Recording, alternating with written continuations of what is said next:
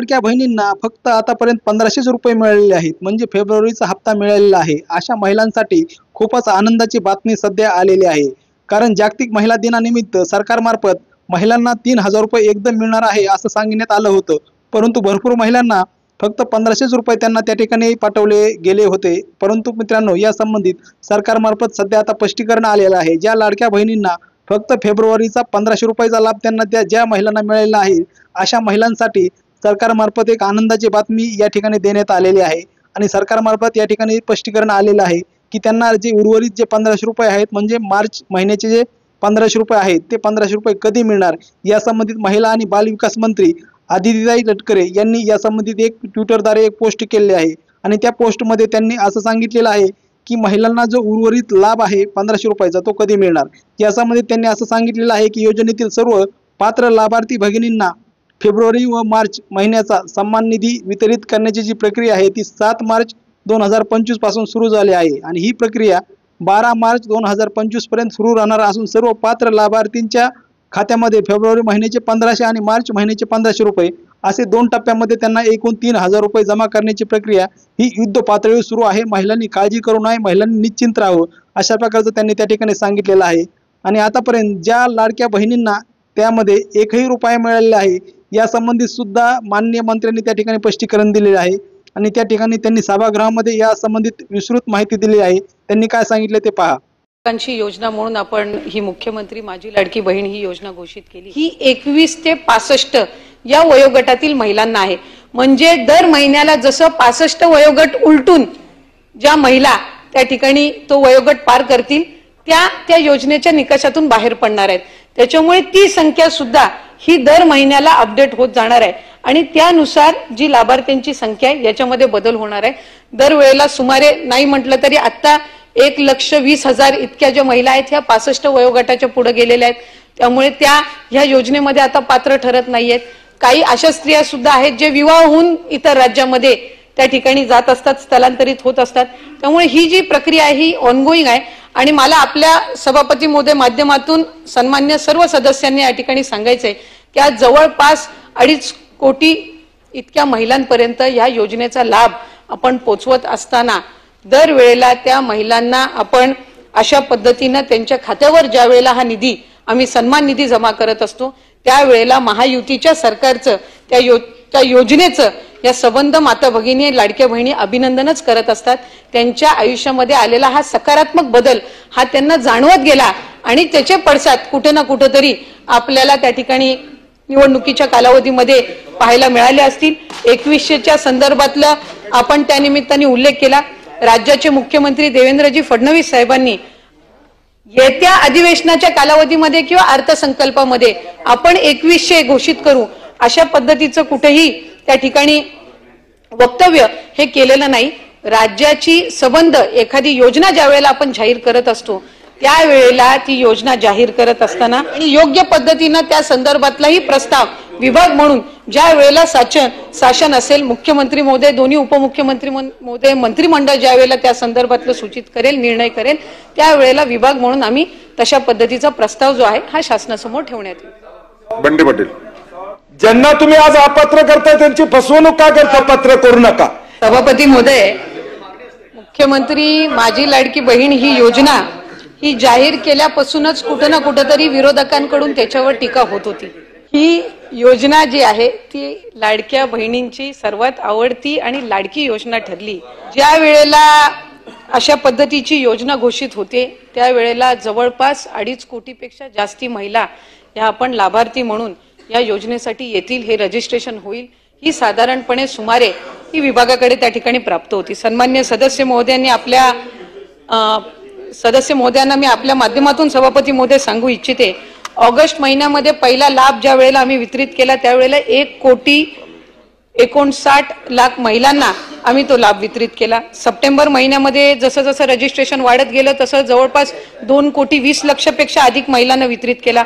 October महिन्यामध्ये 2,33,00,000 इतक्या महिलांना आपण लाभ वितरित केला. आणि नोव्हेंबर मध्ये निवडणुका झाल्यानंतर डिसेंबर महिन्यामध्ये 2,45,00,000 महिलांना आपण लाभ वितरित केला. म्हणजे आपण कुठेही संख्या ही त्या ठिकाणी कमी केलेली नाही. आणि फेब्रुवारी महिन्याचा आणि मार्च महिन्याचा एकत्रितपणाने लाभ आपण 8 मार्च रोजी ज्या वेळेला वितरित करणार आहोत त्यावेळेला 2,52,00,000 महिलांना आम्ही या ठिकाणी या योजनेचा लाभ जो आहे तो डीबीटीच्या माध्यमातून पोहोचवण्याचा जो प्रयत्न आहे तो यशस्वी त्या ठिकाणी करणार आहोत। त्यामुळे कुठेही आम्ही लाडक्या बहिणींना त्या ठिकाणी इथे त्यांच्यासोबत दुजाभाव किंवा निवडणुकीच्या आधी एक धोरण आणि निवडणुकीच्या नंतर दुसरं अशा पद्धतीचा कुठेही आम्ही दुजाभाव त्या ठिकाणी करत नाही आहोत। खरं तर वास्तविक पाहता महिलांसाठी पहिल्यांदाच त्यांना आर्थिकरित्या सक्षम करणारी ही योजना महायुतीच्या सरकारने आणली आणि कुठे ना कुठेतरी महिलांच्या आयुष्यामध्ये तो आनंद त्या ठिकाणी आणण्याचा प्रयत्न केला।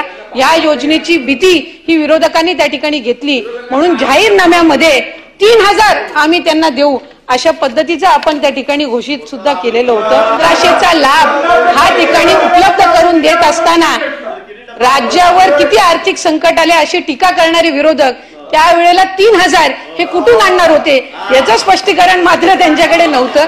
त्यामुळे 1500ची ही जी योजना आणलेली आहे ती यशस्वीरित्या आम्ही लाडक्या बहिणींपर्यंत पोहोचवण्याचा प्रयत्न करत आहोत। या उलट महायुतीच्या सरकारने महिलांना आर्थिक साक्षर करण्याच्या दृष्टिकोनातून फायनान्शियल लिटरसी त्यांच्यामध्ये आणण्याच्या दृष्टिकोनातून ही अधिकाधिक प्रभावीपणे राबवण्याचा पुढच्याही कालावधीमध्ये जो योग्य तो निर्णय आहे तो राज्याचे मुख्यमंत्री देवेंद्रजी फडणवीस साहेब यांच्या नेतृत्वाखाली दोन्ही उपमुख्यमंत्र्यांच्या नेतृत्वाखाली मंत्रिमंडळाने आम्ही त्या ठिकाणी घेतलेला आहे।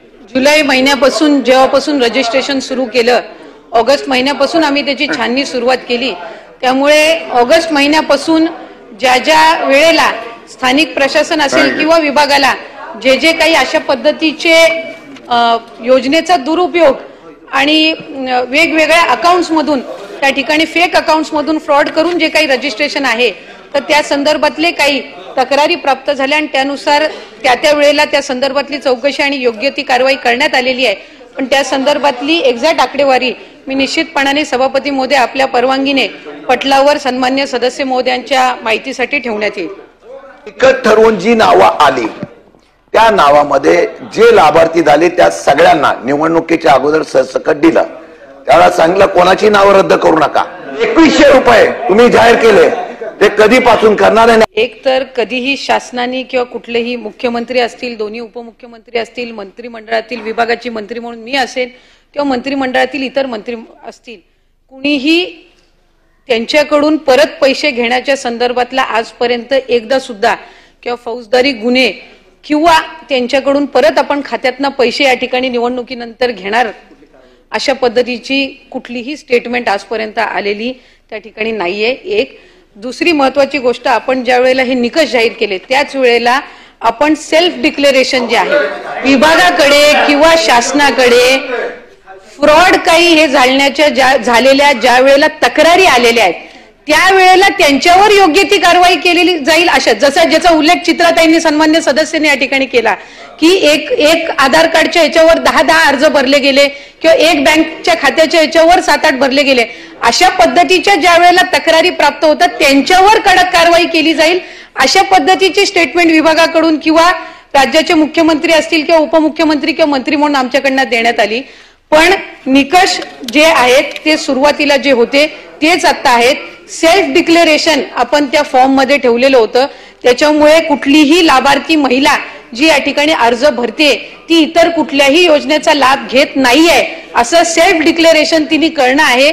हे निकष सुरुवातीपासूनच ते पोर्टलवर किंवा ऍपवर जो फॉर्म उपलब्ध करून दिलेला होता त्याच्यामध्ये त्या ठिकाणी नमूद केलेले होते। या व्यतिरिक्त सन्मान्य सदस्य महोदयांना सभापती महोदय आपल्या माध्यमातून मी माहिती देते ऑगस्ट महिन्यामध्ये जवळपास 2,68,00,000 अर्ज आम्हाला त्या ठिकाणी प्राप्त झाले त्याच्यातले 2,52,00,000 अर्ज विभागाने त्या ठिकाणी अप्रूव्ह केलेले आहेत।